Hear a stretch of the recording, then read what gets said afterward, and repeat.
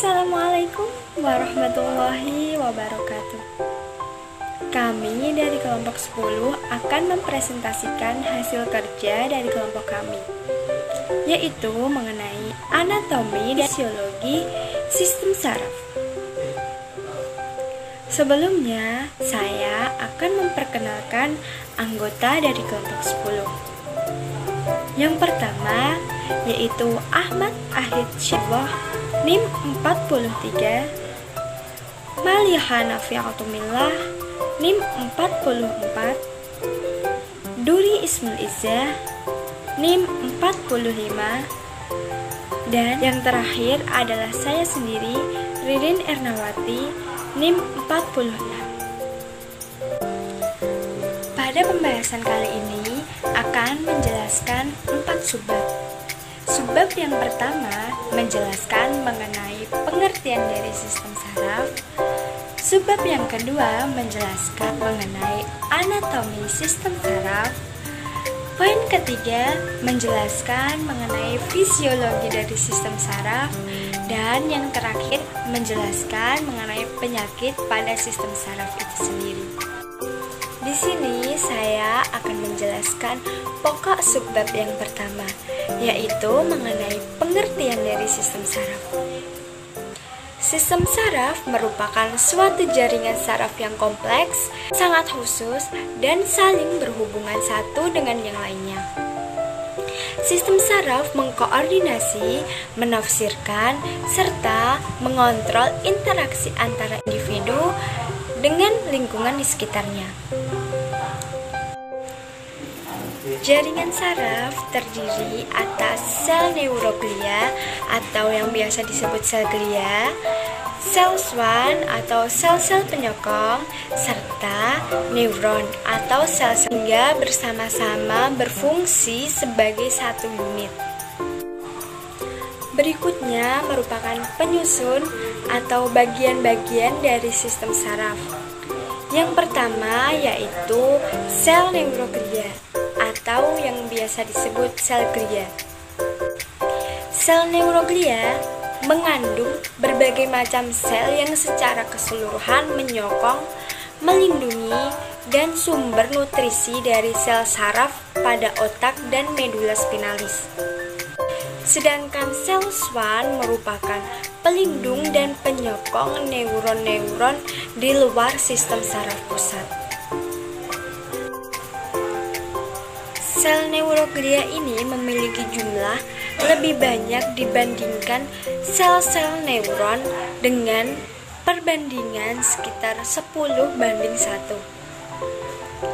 Nah, terdapat 4 sel neuroglia yang berhasil diidentifikasi, yaitu yang pertama, atrosit. Atrosit adalah sel berbentuk bintang yang memiliki sejumlah prosesus panjang. Sebagian besar melekat pada dinding kapilar darah melalui pedikel atau kaki vaskular. Atrosit ini berfungsi sebagai sel pemberi makan bagi neuron yang halus. Yang kedua adalah mikroglia. Mikroglia ini ditemukan di dekat neuron dan pembuluh darah. Mikroglia ini dipercaya memiliki peran fagositik, di mana sel jenis ini ditemukan di seluruh sistem saraf pusat serta dianggap berperan penting dalam proses melawan infeksi. Yang ketiga yaitu oligodendrosit. Oligodendrosit ini menyerupai atrosit, namun badan selnya berukuran lebih kecil serta jumlah prosesusnya sedikit dan juga lebih pendek. Sel ini merupakan sel glia yang bertanggung jawab menghasilkan mielin dalam susunan saraf pusat. Yang terakhir yaitu sel ependimal. Sel ini membentuk membran spitelial yang melapisi rongga cerebral dan rongga medula spinalis. Sel ependimal ini merupakan sel neuroglia yang membatasi sistem ventrikel, sistem saraf-saraf pusat. Nah, sel-sel inilah yang merupakan epitel dari plexus choroidus ventricle otak.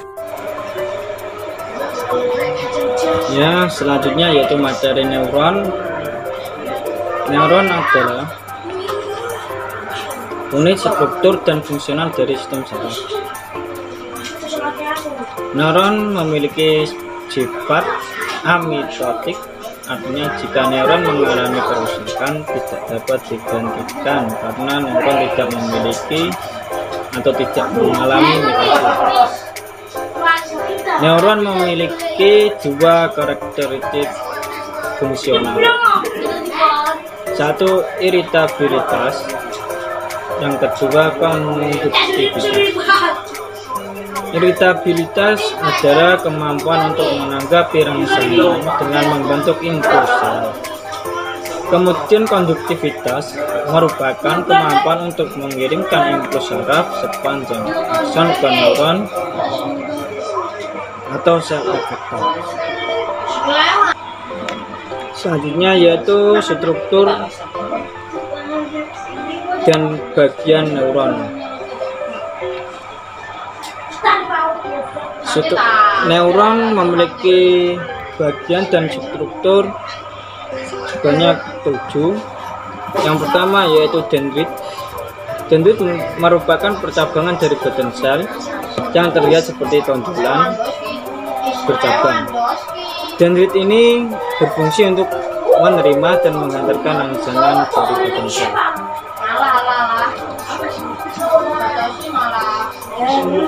Yang selanjutnya yaitu badan sel. Badan sel merupakan bagian terbesar dari sel saraf yang mengandung banyak komponen penting. Dan di dalam badan sel terdapat sitoplasma, nukleus, dan nukleus inti sel dan nukleus anak inti. Badan sel ini bertugas untuk menerima rangsangan dari dendrit, kemudian meneruskan rangsangan tersebut ke akson. Dan badan sel memiliki sebuah inti dan di dalam sitoplasmanya terdapat butir nulis yang berfungsi untuk sintesis protein butir. Sintesis protein. Butir nis dapat menjalankan fungsi tersebut karena mengandung RNA di dalamnya. Badan sel hanya terdapat pada saraf pusat, otak, dan sumsum tulang belakang. Dan pada ganglion, sekumpulan sel saraf di luar sistem saraf pusat. Dan selanjutnya yaitu akson atau neurit. Akson adalah serabut sel saraf panjang yang terlihat seperti penjuluran dari badan sel. Neurit ini mirip dengan dendrit, bedanya neurit hanya ada satu buah dan berukuran lebih besar dan lebih panjang daripada dendrit. Akson berperan dalam mengantarkan impuls dari badan sel menuju efektor seperti sel otot atau sel kelenjar.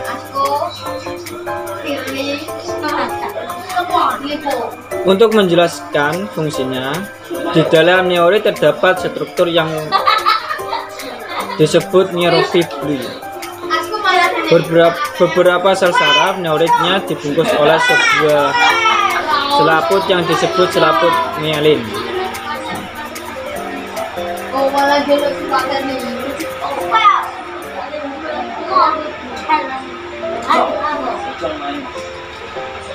Di antara tempat pertemuan neurit dengan dendrit akan ditemukan sebuah celah yang disebut dengan sinapsis.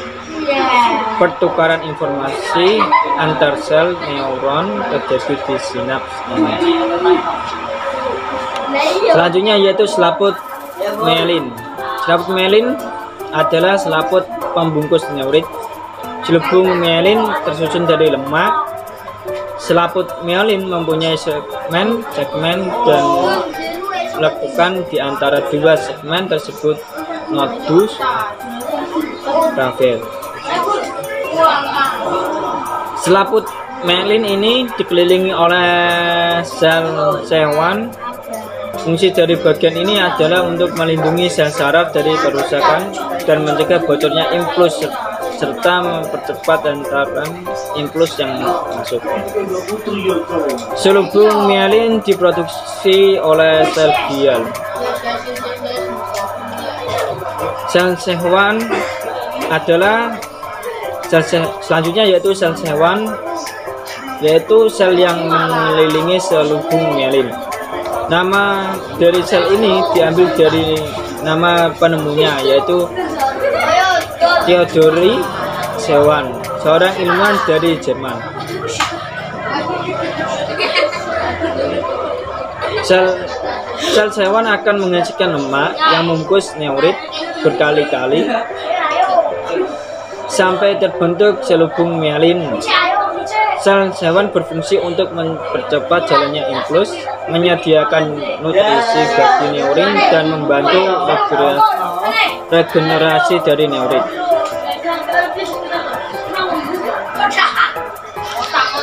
Modus Renfield selanjutnya yaitu modus Renfield, yaitu bagian antar dua segmen selubung mielin.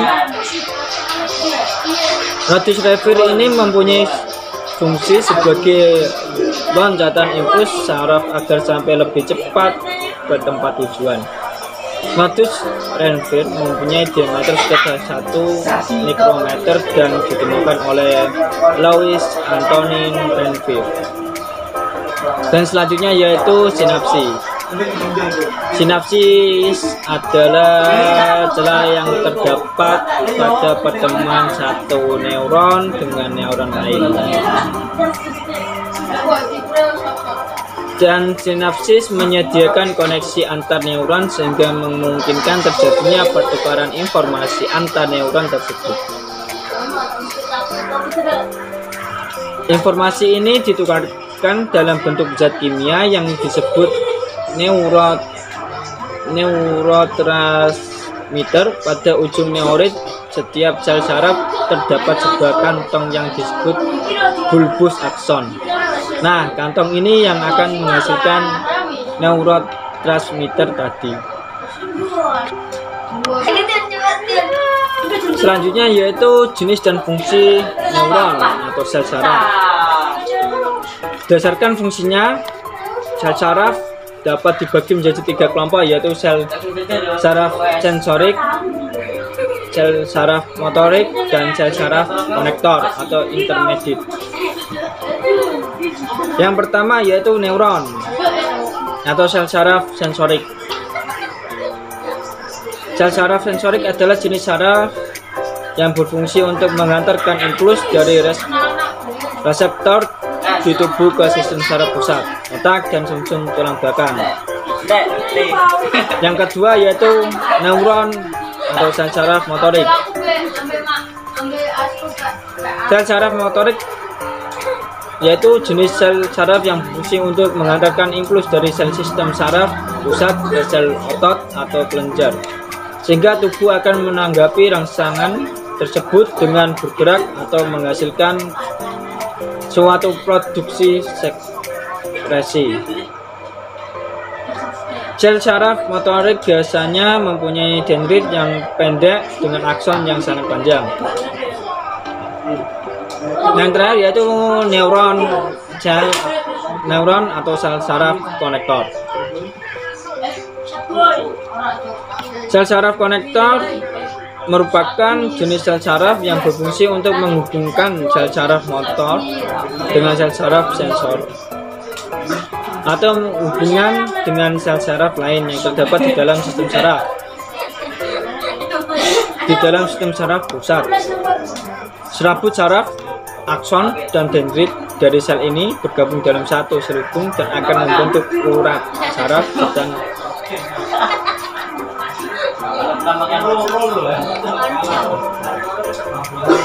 serabut saraf, akson, dan dendrit dari sel ini bergabung dalam satu selubung dan akan membentuk urat saraf, sedangkan badan selnya berkumpul di satu tempat untuk membentuk ganglion saraf. Yaitu anatomi sistem saraf. Yang pertama yaitu sistem saraf pusat. A. Otak. Otak manusia adalah salah satu organ vital yang memiliki anatomi serta fungsi paling canggih. Organ ini memiliki peran utama sebagai pusat kontrol dari ribuan kegiatan yang dilakukan tubuh. Struktur otak terdiri dari beberapa komponen, yaitu ini bisa lihat di gambar struktur otak. Ada cerebrum, diencephalon, batang otak, lalu ada komponen-komponen kecil. Yang pertama yaitu cerebrum atau otak besar. Ini terdiri dari 4 lobus. Otak besar merupakan bagian yang paling besar dan fungsinya juga paling banyak. Lobus ini terdiri dari lobus frontalis, lobus parietal, lobus temporal, dan lobus occipital. Yang kedua yaitu otak kecil. Otak kecil atau cerebellum terletak di bawah otak besar. Jadi, otak kecil ini adalah bagian yang kecil, terletak di bawah cerebrum atau otak besar. Bagian otak ini berperan penting dalam kemampuan motorik halus, seperti koordinasi tangan dan kaki.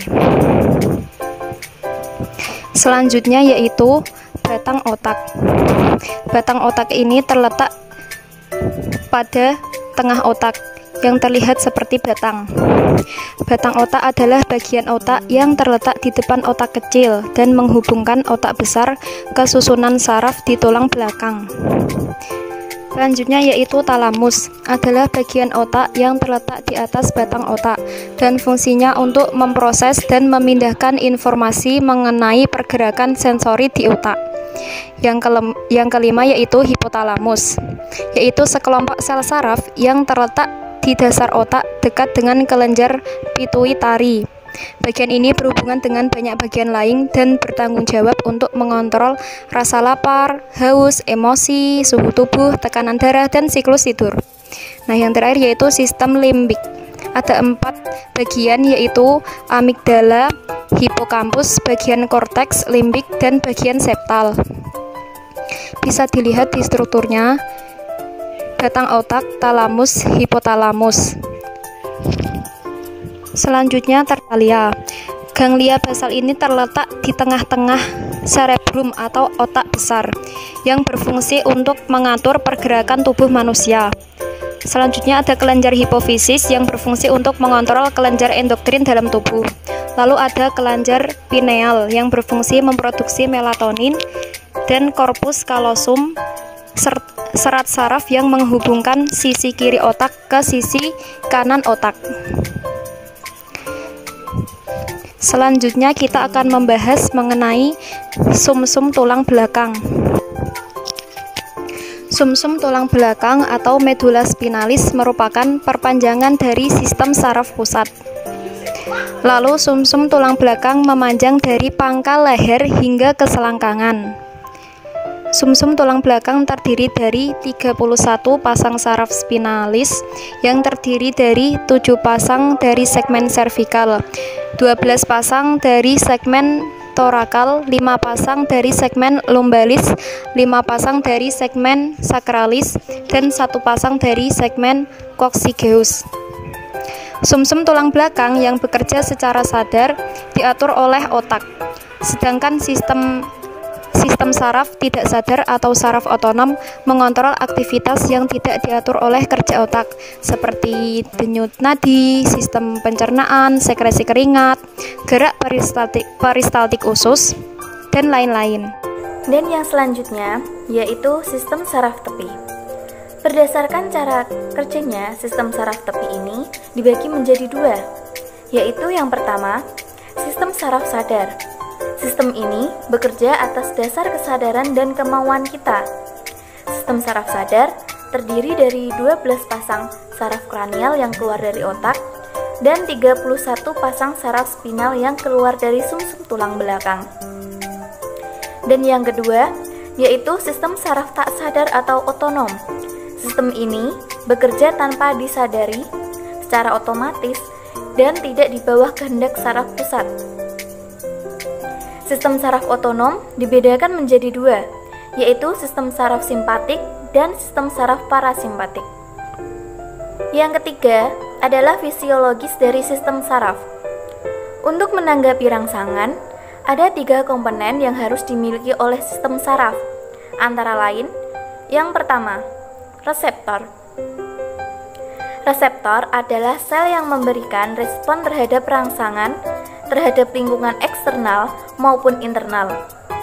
Kemudian, reseptor ini akan mengubah rangsangan yang diterima menjadi suatu impuls saraf yang akan diteruskan melalui neuron. Pada tubuh kita yang bertindak sebagai reseptor adalah alat indera. Fisiologi yang kedua yaitu penghantar impuls. Penghantar impuls dikerjakan oleh saraf itu sendiri tanpa bantuan organ-organ lain. Saraf tersusun dari berkas serabut penghubung akson. Pada serabut penghubung terdapat sel-sel khusus yang memanjang dan meluas. Dan yang ketiga yaitu efektor. Efektor adalah sel atau organ yang digunakan untuk bereaksi terhadap rangsangan baik dalam maupun dari luar tubuh. Dapat diartikan sebagai bagian yang menanggapi rangsangan yang telah diantarkan oleh penghantar impuls. Bagian utama efektor pada manusia adalah otot dan kelenjar. Yang selanjutnya yaitu fungsi sistem syaraf. Yang pertama yaitu sebagai alat komunikasi antara tubuh dengan dunia luar yang dilakukan oleh alat indera.